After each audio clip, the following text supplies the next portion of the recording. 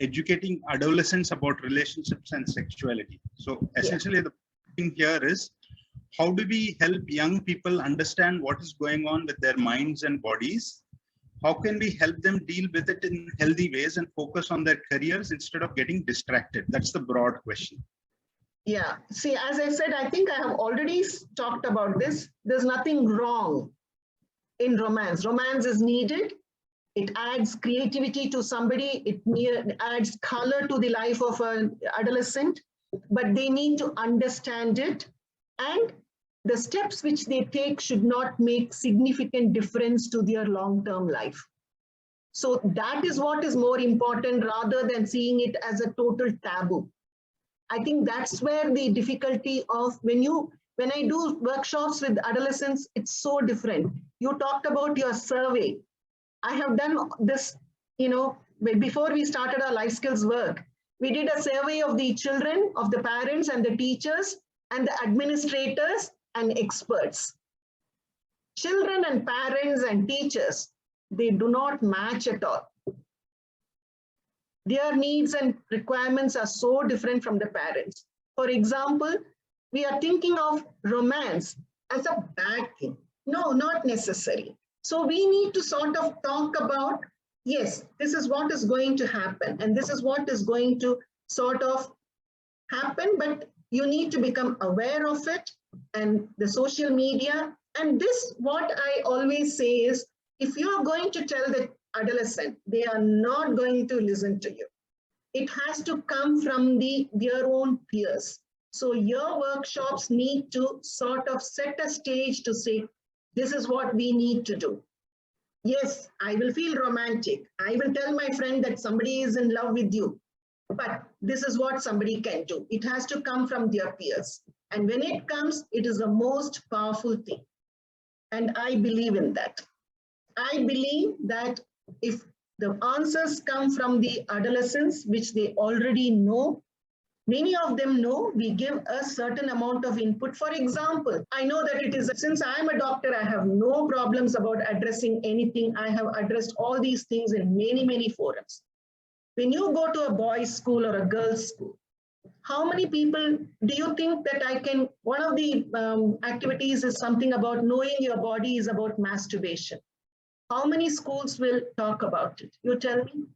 That's an important part, because when somebody is driven by lust,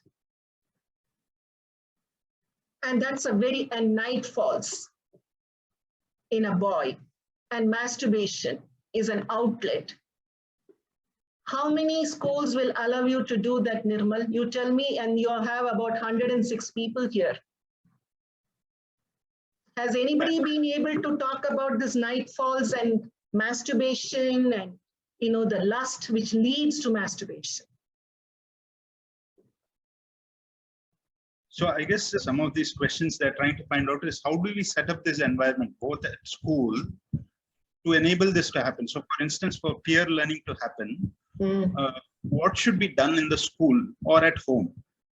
Because most are in the community centers, wherever they are. Yeah, so what we usually do is we give them what are the things which happen when somebody is in romance? And how do they express it? And many people will talk about the movies and the gifts and all those things. Okay, so when you are driven, how do you express it is what we push. I as a facilitator push. And then somewhere along the line, I introduce the word masturbation. Definitely. But to do all these things, you need to work with that group for a very, very long time. You just cannot go into a school and then talk about masturbation. That's the difficulty of a life skills program, especially to do with sexuality. The sexuality is the most difficult part of life skills education. I can tell you that much. It is, unless you have had a relationship with somebody, with a group for a long time, and they also have understood what these life skills classes are about, what this person means, what this person is able to discuss, how much they make me understand, what my friends say. Unless that preparation of the pot is made, Nirmal, to talk about some of the things of contraception, conception, intercourse, because these are all there in my activities. Intercourse, contraception, conception, masturbation, night falls. Very easy to talk about puberty and pads and things like that. You know, how you should look after yourself with pads and how to keep your body clean, good touch, bad touch. We have come to that state. About 25 years back, that was not possible. Today, that is possible. For us to talk about the rest of the things which I said, it will take another 20 years. So what you need to do is, I believe that I usually talk about working with the group in long-term thing. A lot of non-sexual activities need to be done, and then slowly you introduce some of these things. So less threatening, violence is less threatening, relationship with parents is less threatening, relationship with friends is less threatening. Then you go on to the relationship with an opposite sex. You just cannot go and start talking only about human sexuality and then relationship with the opposite. That becomes then it is you to them. It is not from them to them themselves. So there is a difference. So this is where we have to sort of think through and then do these programs. So when somebody says, boys come and ask me, doctor, I masturbate, is it wrong? I say, no, it's not wrong. But having said that, let me ask you, how many times do you masturbate? How often? What are the circumstances in which you masturbate?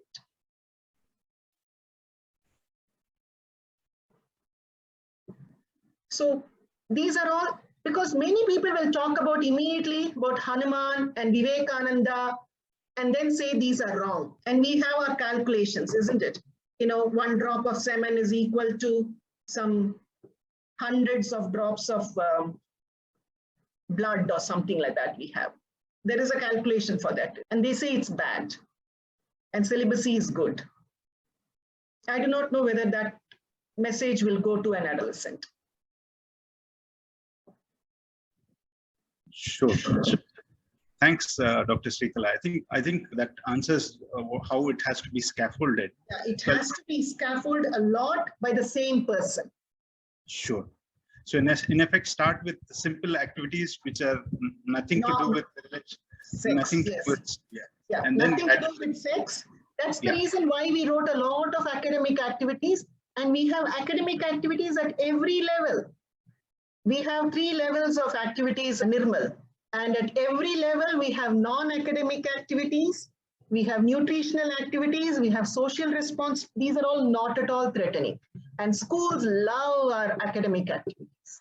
But the minute you come to later part of the life skills, which is all to do with sexuality, because our last part of the year is always to do with sexual activities, sexuality, and they will say, doctor, we are very busy with the school annual day, sports day, revision, model exams. Sure. So part of the concern of some of the teachers is in the firefighting mode, right? While they're suppose somebody understands what you're saying and they're gradually building up a program. And in the middle of it, you run into a child doing self-abuse or getting into a nasty relationship. At that point of time, what can the teacher or the community worker or what can they do to mitigate those issues? See, so if they are working with that group and if they know that this child is getting into an abusive relationship, okay, first of all, you can actually throw open in the group itself that anybody would like to talk about this on my own, please come. And then I'm available. And one of the things somebody has written already here, privacy, confidentiality is absolutely important. Many places in the rural areas, we do not think that privacy is important. How will children talk about their issues if you do not give them privacy? The second thing, I have stressed this again and again with teachers, the minute child tells you something, it cannot become a staff room discussion. It has to stay with you unless there is a threat to the life of the child or the safety of the child. If it becomes and you do not want to hold that. Teacher doesn't want to hold it in their hands because they think it's a bomb. So it will immediately go to the principal.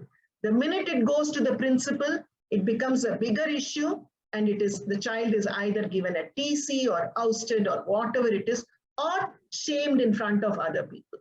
So these are some of the issues which I have faced personally.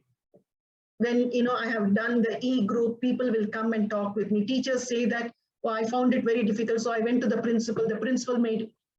So then where is the question of any child? And that child will tell the others, I told this to the teacher took it to the principal, so I am being shamed. So why will other children come and discuss anything which is private with you, or that the fact that the father is hitting their mother, or their father is having an affair with a neighbor? So confidentiality is extremely important. Working with the same group is important. Throwing it open is important. Getting the answers from the peers rather than we lecturing. We need to create the scenes, the minutes, the games, the discussions, but the answers should come from the peers, and you should have the patience for that. If you are going to provide them answers saying that romance is bad, focus on science, you get 35 marks, but you are capable of writing you get 35 marks in English, but you are capable of writing a love letter to the girl. What nonsense is this? Tomorrow that girl will come and feed you? Nobody will come and talk. This is what I have seen happens at homes and in teachers, being shamed in front of. So no child with adolescent is a very, very sensitive. As I said, nuances are even an indication of something, you are pulling them up, especially about sexuality issues. Well, Doctor, I wanted to share a interesting and simple method. Can you? Yeah, my name is Anwar, and I work with Anwar, please. NGO. So I think what we found very interesting is that if we have some storytelling and story writing sessions, and use certain stories which have various emotions coming, and then you also discuss the type of emotions and get our children to identify and talk about emotions, which is part of the life skill development. And then you get them to also write and express their own emotions. When is it that you were in trouble? And when did you go through a acute and difficult situation, when you came into conflict with your friends or parents or anything? And we let them be. And we found that many of them started writing about situations where they were into, relationships or threats or something in an abusive thing. And sometimes they came and asked, they said, oh, what if I don't write my name on it? And we said, fine, that's the way we should do it. And so many kids are coming out on it, and it's covering a variety of events. And then we can use the stories without names sometimes for a more open-ended discussion. This is a very known method, Anwar. I'm happy that you talked about it. It is a very known method that especially in sexuality. Not only I think we follow it in every school. We always have the secret ballot. And they come and put, and then we now divide them. With adolescents, we always, and we say no need for any name, you can change your handwriting and write. And that is something, a method which we often use, and we encourage the teachers also to use. But teachers and counselors need to be really, sort of sensitized to the needs of adolescents. I see somebody by name Pragnya Tank to everybody, saying that I don't have videos, but my books are all pretty old, and it is relevant even today. I also have anything and everything on menstruation, nightfall, homosexuality, HIV/AIDS, masturbation, everything is there. What I said is, many a times, these activities and intercourse, contraception, conception, they are there, but it is not done. It was there in UNICEF books also, but they were not done, and parents and everybody objected to it. For example, Anwar, your method was you were talking about it, and I thought I should, for example, as a homework, after this Pushpa and Ravi story, which I said, we give them a small homework. We say that reflection at home by the student. What are the types of relationships I have had with persons of opposite sex or same sex? So friendship, name of the person. Romance, name of the person, because you might have been in romance with your classmate. But when you went to the college, the romance might have changed to your probably, somebody else. And then desire, name of the person. Okay. Love, name of the person. And you don't have to bring it back. But what it helps is the adolescent to go through their life and then say, this person, I was so infatuated. This person, I loved a lot. This person, I romanticized in my mind so much, I really romanticized. This person, I had an illegal affair. So, and they don't have to submit it to anybody. They just keep it with them, but it helps them to think about. So it is always a good idea that we address sexuality. So thanks, Dr. Srikala. So the next broad question, I think you have spoken to the other two to some degree. The other broader question is, so for instance, suppose somebody agrees with what you're saying and tries to take it to the classroom or wants to implement it in the school. But the broader environment, say that it could be the school environment or the community, doesn't allow for it, saying there is a sort of a restricted narrow-mindedness, saying these are the things you should not be doing, we don't agree with you. So what is it that can be done in those circumstances? You need to start, yeah. So I always say, what is your idea? Life skills, improvement, micro skills, becoming part of you. So do not throw, if you're not able to do sexuality, this I have always said that, if you're not able to do sexuality, just by insisting on it, do not throw the baby with the bathwater. Start with academic activities. Start with neutral, after the academic activities, start with neutral activities. And then at some point of time, the school will have confidence in you. Even if not the third year, they will have confidence in you because you have been consistent as a life skills educator. Okay, with the students. I'm not talking about, because if you're going to become a master trainer and train the teachers, the teacher needs to work actively with the students for about 3 years, and then, all those issues are there. But if you are doing it in a school consistently, start with academic activities, non-sexuality activities, and then see, and probably the first year the principal says, no, leave it. Do not contest. Again, start the next year. So you need to win the system over to us. That is what I have done. When the government stopped everything, including our funding, we went and Venkaiah Naidu went around the country. We went and, put our things forward, discussed, went and addressed the various forums, the religious forums. You have to be a read to give in and then adapt and still have the focus of having to work with the adolescents, but just saying that it's not happening, so I will not do it. No, I continue to do it. That's why I told Dr. Pierce that my success in that is only 35 to 40%. But that doesn't mean I will not do it. I continue to do it. I continue to do it. It's a difficult. Even in my workshops, when you give them academic to groups and all, academic activities of, demonstration, they are very happy. But if you give them sexuality things, they will say, can we exchange with the other group? I say no. So it is a difficult thing. I know it is difficult even for me. Even to talk with my own daughter about sexuality is difficult. Yeah, it's a difficult subject, what to do. In first generation of literates, you need to understand their difficulties. They come from families where the father drinks a lot. There's a lot of violence. There's no encouragement for education. So quick fixes are one is movie, cell phone. These are all quick fixes.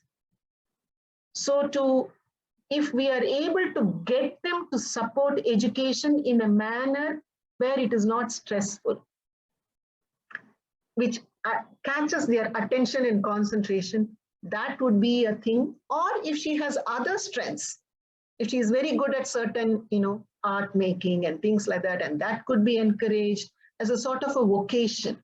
Those are better because first generation education children always have a lot of difficulty.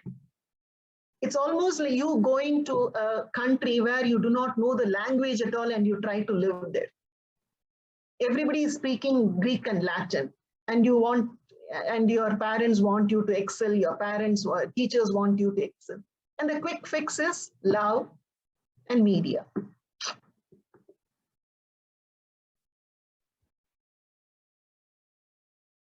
What she has written is very, very important. Pooja has written certain things that we make children do in childhood, and suddenly when the child grows up, that behavior is penalized.